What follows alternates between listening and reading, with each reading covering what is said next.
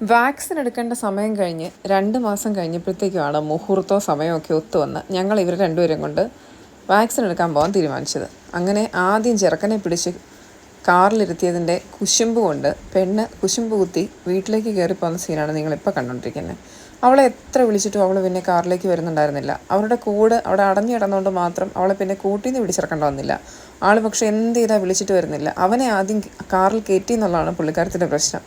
പിന്നെ കുറച്ചു നേരം കഴിഞ്ഞപ്പോഴത്തേക്കും അമ്മ രംഗപ്രവേശനം ചെയ്ത് കുഞ്ഞിയെ എടുത്തുകൊണ്ട് കാറിൽ കൊണ്ടുവന്നങ്ങ് ഇരുത്തി. പിന്നെ ഞങ്ങൾ നൈസായിട്ട് അങ്ങ് പോയി കേട്ടോ.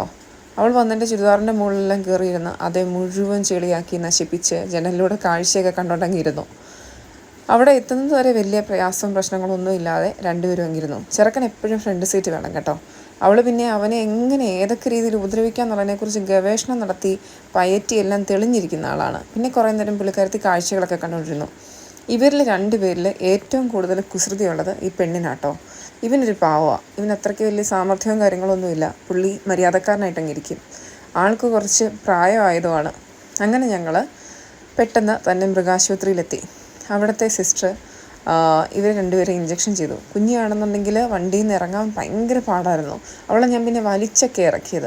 പക്ഷെ ഇതൊന്നും പെയിൻഫുൾ അല്ല കേട്ടോ. ഇവരുടെ പ്രശ്നം എന്താണെന്ന് വെച്ചാൽ ഈ ഹോസ്പിറ്റലിൽ ഇവർക്ക് മുമ്പ് തന്നെ വന്ന് പരിചയമുള്ളതുകൊണ്ട് ഇവിടെ എന്തോ പണിക്കാണ് ചേട്ടായും ചേച്ചിയും കൊണ്ടുവന്നേക്കുന്നത് ഇവർക്കറിയാം.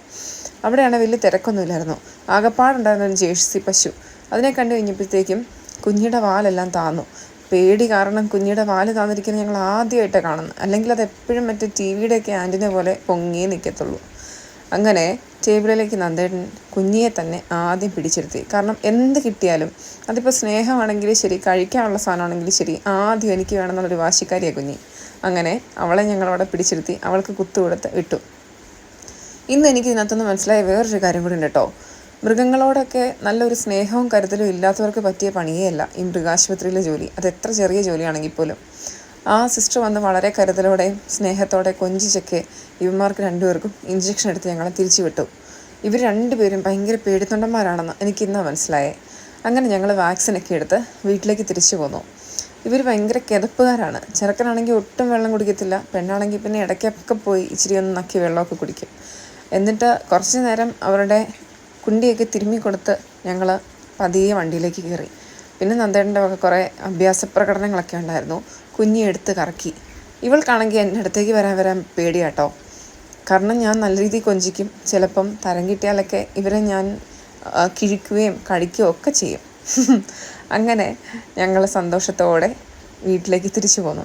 അപ്പോൾ അത്രയേ ഉള്ളൂ ഇന്നത്തെ